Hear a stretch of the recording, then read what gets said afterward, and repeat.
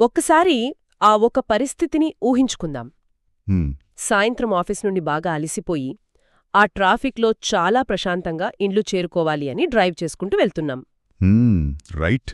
ప్రతిరోజు జరిగేదే. అవును, అకస్మాత్తుగా పక్కనుండి ఒక కారు దాదాపు మన కారును రాసుకుంటూ చాలా ప్రమాదకరంగా ముందుకు దూసుకుపోయిందనుకోండి. ఆ క్షణంలో ఏం జరుగుతుంది?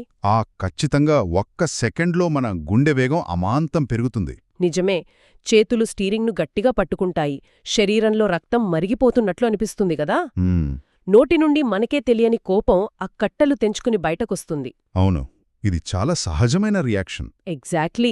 మనందరి జీవితాల్లోనూ తరచుగా జరిగే ఈ అకస్మాత్తు భావోద్వేగ విస్ఫోటనం గురించే ఈనాటి మన లోతైన విశ్లేషణ. అంటే ఈరోజు మనం దేని గురించి మాట్లాడుకోబోతున్నాం? 2,500 సంవత్సరాల క్రితం నాటి పురాతన బౌద్ధ గ్రంథమైన ధమ్మపదం నుండి సేకరించిన మూలాలను మనం పరిశీలించబోతున్నాం. అందులోనూ ప్రత్యేకించి 17వ అధ్యాయమైన క్రోధవగ్గ. ఓహో, క్రోధవగ్గ అంటే కోపం గురించిన అధ్యాయం కదా. అవునండి. ఇది ఎక్కడో హిమాలయాల్లో కూర్చున్న సన్యాసుల కోసం రాసిన ఫిలాసఫీ కాదు. అంటే ఆధునిక జీవితంలో ప్రతిరోజూ మనమెదుర్కొనే ఒత్తిడిని, ఆ కోపాన్ని, విమర్శలను ప్రాక్టికల్గా ఎలా డీల్ చేయాలో నేర్పించే ఒక పక్కా సర్వైవల్ మాన్యువల్ అని చెప్పచ్చు. హ్మ్.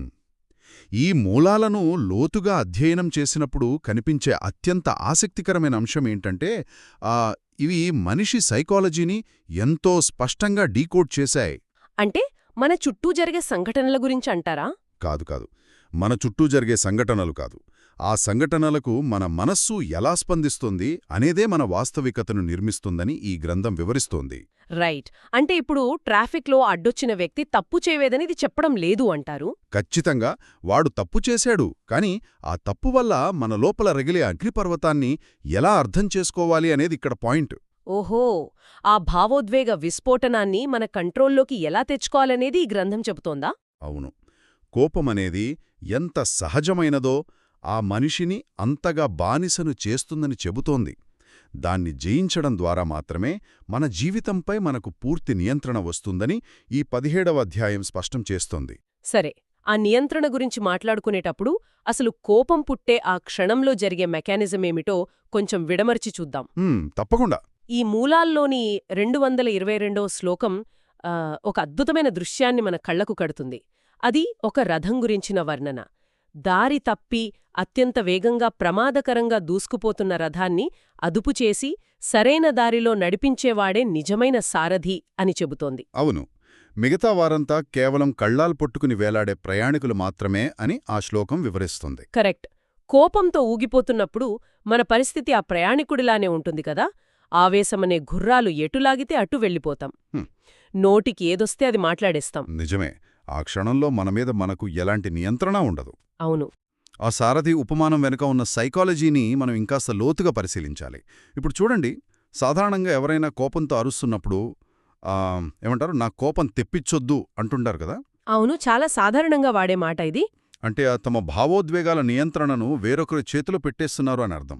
తమ రథానికి కళ్ళాలో మరొకరి చేతిలో ఉన్నాయని వాళ్లే ఒప్పుకుంటున్నారు. ఓ, అది చాలా ఇంట్రెస్టింగ్ పాయింట్. అంటే మన రిమోట్ కంట్రోల్ వేరే వాళ్ల చేతిలో ఉందన్నమాట. ఎగ్జాక్ట్లీ. బౌద్ధ సిద్ధాంతం దీన్ని తీవ్రంగా వ్యతిరేకిస్తోంది. మన శరీరంలో అడ్రెనలిన్ పెరిగి ఆ కోపమొచ్చినప్పుడు ఆ ఉద్వేగాన్ని ఆపడం అసాధ్యం. అవును, ఆపలేము. గుర్రాలు వేగంగా పరుగెడుతున్నప్పుడు సడన్గా బ్రేకులు వేస్తే ఏమవుతుంది? రథం విరిగిపోతుంది. అంటే కోపాన్ని బలవంతంగా అణచివేసుకుంటే అది మానసిక ఒత్తిడికి దారితీస్తుంది. రైట్.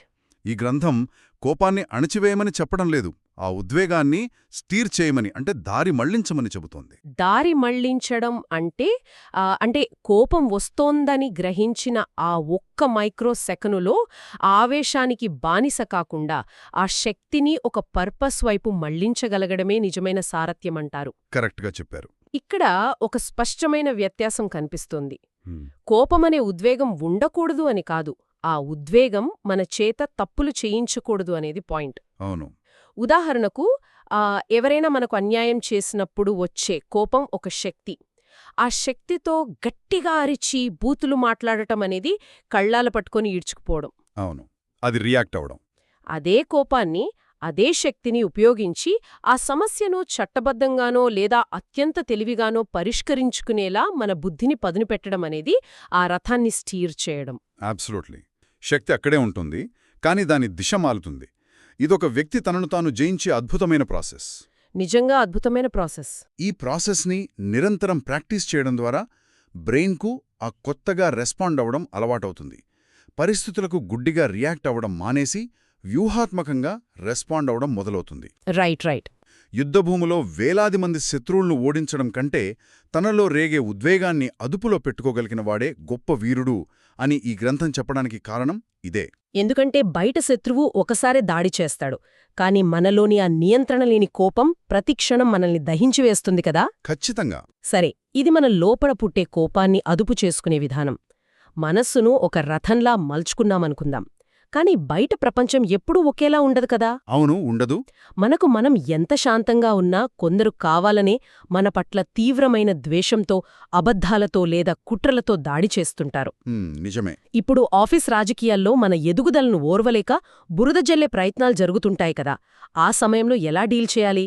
దానికి కూడా ఇందులో సమాధానముంది అని. అవును. అలాగే 5వ శ్లోకంలో ద్వేషమనేది ద్వేషంతో ఎన్నటికీ సమసిపోదని రాసి ఉంది.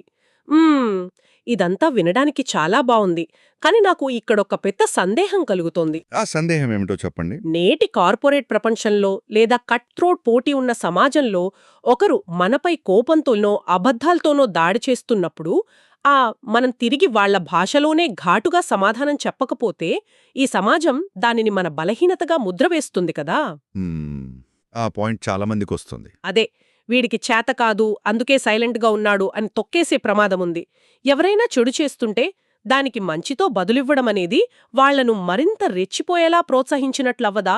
ప్రాక్టికల్ ప్రపంచంలో ఇది ఎలా వర్కౌట్ అవుతుంది? ఈ ప్రశ్న చాలా వాస్తవకమైనది. పైకి చూస్తే కోపానికి ఎదురు తిరగకుండా శాంతంగా ఉండటమంటే భయపడి పారిపోవడంలాగానో లేదా లొంగిపోవడంలాగానో అనిపించవచ్చు. అవును, అలానే అనిపిస్తుంది. కాని సైకలాజికల్గా చూస్తే ఇదొక అత్యున్నతమైన యుద్ధతంత్రం. దీన్నే మనం అసిమెట్రికల్ వార్ఫేర్ లేదా అసమాన యుద్ధతంత్రం అని పిలవచ్చు. అసమాన యుద్ధతంత్రమంటే? ఇప్పుడు చూడండి, ఒక వ్యక్తి కోపంతో అరుస్తూ దాడి చేస్తున్నాడంటే అవతలి వైపు నుండి కూడా అలాంటి ప్రతిచర్యనే ఆశిస్తాడు గదా. అవును, వాళ్ళు రియాక్షన్ కోసమే చూస్తారు. కోపానికి కోపం తోడైతే ఆ పరిస్థితి ఒక అంధకారమైన పోరాటంగా మారుతుంది. అక్కడ ఎవరు గెలిచినా ఇద్దరికీ నష్టమే. కాని ఒకరి కోపానికి మన నిశ్శబ్దమైన శాంతంతో కేవలం వాస్తవాలతో బదిలిస్తే ఆ అటాక్ చేసే వ్యక్తి ఊహించిన సమీకరణం మొత్తం దెబ్బతింటుంది. ఓహో, అంటే వాళ్ల ప్లాన్ ఫెయిల్ అవుతుందన్నమాట. కరెక్ట్. మార్షల్ ఆర్ట్స్లో ఒక టెక్నిక్ ఉంటుంది. ఎవరైనా అత్యంత వేగంతో బలంతో దాడి చేస్తున్నప్పుడు ఆ బలాన్ని అడ్డుకోకుండా కొంచెం పక్కకు తప్పుకుంటే వాడి వేగమే వాడిని కింద పడేస్తుంది. వావ్, చాలా యాప్ట్ ఎగ్జాంపుల్ అండి ఇది. ఇక్కడ కూడా జరిగేదదే. వారి కోపానికి మనం ఫ్యూయల్ అందించడం మానేస్తాం. ఇది వింటుంటే పరిస్థితిపై ఆధిపత్యం సాధించడం అనే కోణం అర్థమవుతోంది. అంటే వాళ్లు విసిరే నెగటివిటీ అనే బంతిని మనం పట్టుకొని తిరిగి విసరట్లేదు, దాని దారిన దాన్ని వదిలేస్తున్నాం. ఎగ్జాక్ట్లీ. ఆఫీస్ మీటింగ్లో ఒక వ్యక్తి అకారణంగా అరుస్తున్నప్పుడు మనం టెన్షన్ పడకుండా, చిరునవ్వుతో కాకుండా ఒక చల్లని స్థిరమైన ప్రశాంతతతో సమాధానం చెబితే ఆ గదిలో ఉన్న మిగతా వారికి అరుస్తున్న వ్యక్తి ఒక విదూషకుల్లా కనిపిస్తాడు. అవును, వాడు ఒక ఫూల్లాగా కనిపిస్తాడు. మనవక్కడ డోర్మ్యాట్లా మారడం లేదు. బదులుగా ఆ గదిలోని ఇమోషనల్ వాతావరణాన్ని మన కంట్రోల్లోకి తీసుకుంటున్నాం. ద్వేషాన్ని ద్వేషంతో ఆపలేము, అగ్గిని అగ్గినితో ఆర్పలేము కదా, నీళ్లతోనే ఆర్పాలి. కరెక్ట్. మనం నీరునా మారడమంటే బలహీనత కాదు, అది అగ్నిని నిర్వీర్యం చేసే శక్తి. అంతేకాకుండా కోపంతో రగిలిపోయే వ్యక్తి ఇతరులకు హాని చేసే కంటే ముందు తనకు తాను అపారమైన హాని చేసుకుంటాడని 136వ శ్లోకం చాలా స్పష్టంగా వివరిస్తుంది. అవునా? ఎలా? తప్పు చేసేవాడు తన సొంత పనుల వల్లే అగ్నిలో కాలినట్టు బాధపడతాడు అని ఆ శ్లోక సారాంశం. ఒకరు మనపై విషం చిమ్ముతున్నప్పుడు ఆ విషం ముందు వాళ్ల మనస్సులోనే పుట్టాలి, వాళ్లనే ముందు నాశనం చేయాలి. దానికి మనం రియాక్ట్ అవ్వనంతవరకు ఆ విషం వాళ్ల దగ్గరే ఉండిపోతుంది. అంటే వాళ్ల విషం వాళ్లకే తలకెక్కుతుందంటారు. అవును. అందుకే చెడును మంచితో, అబద్ధాన్ని నిజంతో ఎదుర్కోవడమంటే వాళ్ల స్థాయికి మన బుద్ధిని దిగజార్చుకోకుండా ఒక రక్షణ కవచాన్ని ఏర్పాటు చేసుకోవడం. రైట్. ఇది కేవలం ఆదర్శం కాదు, మన మానసిక ఆరోగ్యాన్ని కాపాడుకునే అత్యంత స్వార్థపూరితమైన స్మార్ట్ టెక్నిక్. ఇంటర్నల్ కోపాన్ని కంట్రోల్ చేసుకోవడం, ఎక్స్టర్నల్ అటాక్స్ని శాంతంతో నిర్వీర్యం చేయడం, ఈ 2 దశలు ఒక కొలిక్కొచ్చాయి. కానీ ఇంకొక అత్యంత ప్రమాదకరమైన, మనల్ని నిరంతరం వెంటాడే సమస్య ఒకటుంది. అదేంటి? అదే విమర్శ. ఇది కోపంలాగా బయటపడదు కానీ నెమ్మదిగా మన ఆత్మవిశ్వాసాన్ని తినేస్తుంది. మనమెంత నియంత్రణ పాటించినా సమాజంలో ఎవరొకరు జడ్జెస్తూనే ఉంటారు కదా. ఇది పెద్ద ప్రాబ్లం. దీని గురించి 227 మరియు 228వ శ్లోకాల్లో అతుల అనే వ్యక్తి కథను ప్రస్తావించారు. ఆ కథ చదివినప్పుడు మానవ నైజం వేల సంవత్సరాలుగా ఏమీ మారలేదని నాకు భలే ఆశ్చర్యం వేసింది. అవును, అతుల కథలో ఉన్న మానసిక విశ్లేషణ అద్భుతమైనది. ఆ నేపథ్యాన్ని ఒకసారి చూద్దాం. తప్పకుండా చెప్పండి. అతుల అనే వ్యక్తి ఒక సామాన్య అనుచరుడు. ఆయన తన మిత్రులతో కలిసి ధర్మబోధ వినడానికి వెళ్తాడు. ఓకే. మొదట రేవత అనే సన్యాసి దగ్గరకు వెళ్తే ఆ సన్యాసి మౌనంగా ఉంటాడు. అతులికి కోపం వస్తుంది. మమ్మల్ని అవమానించాడు అని ఫీలవుతాడు. అంటే సైలెంట్గా ఉన్నా కోపం వచ్చిందన్నమాట. అవును. తర్వాత షారిపుత్త అనే సన్యాసి దగ్గరకు వెళ్తాడు. ఆయన చాలా లోతైన, సుదీర్ఘమైన తత్వశాస్త్రాన్ని బోధిస్తాడు. అది అర్థంగాక ఇతను తన పాండిత్యాన్ని ప్రదర్శిస్తున్నాడు అని అతుల విమర్శిస్తాడు. ఎక్కువ మాట్లాడిన ప్రాబ్లమే. విసుగు చెంది ఆనందుడు అనే మరో సన్యాసి దగ్గరికి వెళ్తాడు. ఆయన చాలా మితంగా, అందరికీ అర్థమయ్యేలా చిన్న బోధన చేస్తాడు. దానిక్కూడా అతుల సంతృప్తి చెందడు. ఇంత తక్కువ చెబితే ఎలా అని తప్పుపడతాడు. అయ్యో, ఇతర దేనికి సాటిస్ఫై అవ్వడన్మాట. అవును. ఈ విషయం గౌతమ బుద్ధుడు వద్దకు వెళ్ళినప్పుడు బుద్ధుడు చెప్పిన మాటలే ఈ శ్లోకాల రూపంలో ఉన్నాయి. ఏమని చెప్పారు? ఓ అతులా, ఇది నేటి సమస్యే కాదు, పునాది నుంచి ఉన్నదే. మౌనంగా ఉన్నవాడిని విమర్శిస్తారు, ఎక్కువగా మాట్లాడేవాడిని విమర్శిస్తారు, మితంగా మాట్లాడేవాడిని కూడా వదిలిపెట్టరు. ఈ ప్రపంచంలో కేవలం ప్రశంసలు మాత్రమే పొందేవారు కాని, కేవలం నిందలు మాత్రమే పడేవారు కాని ఎవ్వరూ ఉండరు అని. వావ్! ఈ పాయింట్ నేటి సోషల్ మీడియా యుగానికి, ఆఫీస్ పాలిటిక్స్కి అద్దం పడుతోంది. ఖచ్చితంగా. ఎవరైనా ఇంటర్నెట్లో యాక్టివ్గా లేకపోతే వీడికేమీ తెలీదు, వెనుకబడిపోయాడు అంటారు. అదే రోజూ పోస్టులు పెడుతుంటే వీడికి వేరే పనేమీ లేదు, అటెన్షన్ సీకర్ అని ముద్రవేస్తారు. అవును. ఒకవేళ బ్యాలెన్స్డ్గా ఎప్పుడో ఒకసారి స్పందిస్తే సేఫ్ గేమ్ ఆడుతున్నాడు అని కామెంట్ చేస్తారు. ఏది చేసినా ఏదో ఒక విమర్శ వస్తూనే ఉంటుంది కదా. వస్తూనే ఉంటుంది. ఈ భయంతోనే చాలామంది కొత్త పనులు ప్రారంభించడానికి జంకుతారు.